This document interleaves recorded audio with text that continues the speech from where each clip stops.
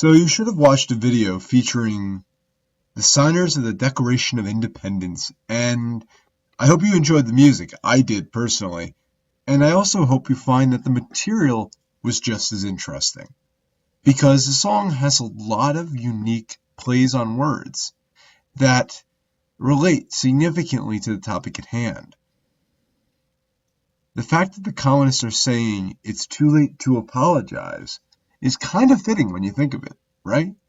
In that the colonists were tired of tyranny. And, well, the king, he wasn't going to last much longer. So, as we know, the Revolutionary War took place. And now we're going to get into a little bit of the Revolutionary War. But first, let's segue back to common sense in the Declaration of Independence. So as you'll see here, you have the figure on the left being, that's right, Tommy P., Thomas Paine. And on the right, Thomas Jefferson. We the people. Huge, huge figure in the Declaration of Independence. Now, common sense was the first document to air American grievances, but it wasn't the last. The Declaration even wasn't the last. The Constitution was arguably the last. But in this sense, it was common sense that broke ground. It was the Declaration that leveled ground and established a level playing field for the U.S., a unified front, so to speak. And it was the Constitution, which we won't get to today, that sealed the deal. So, yeah, here we're going to give a little timeline, as you can see. So we have in January of 1776, Common Sense was written by, well, that's one of your questions, so I'm not going to give you the answer again. Word is spread throughout the colonies through word of mouth and a variety of fronts. And in June, we have the Second Continental Congress where people get to discuss common sense. Finally, that month we have the Declaration of Independence, and it was written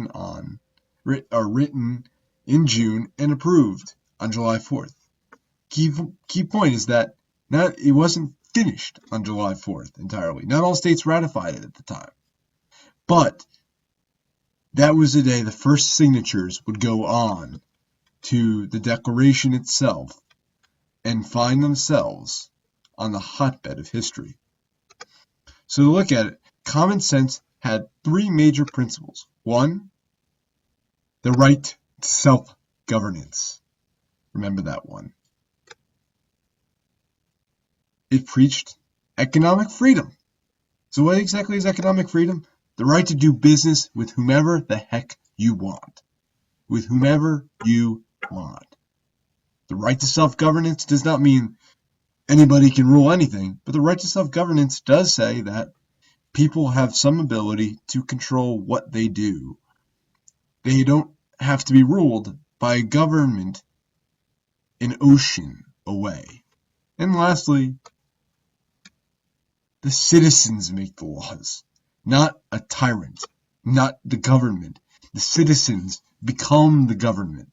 They truly self-govern through their right to self-government. And that really goes into the areas that I wanted to talk about with the Declaration itself, as well as the Constitution for the time.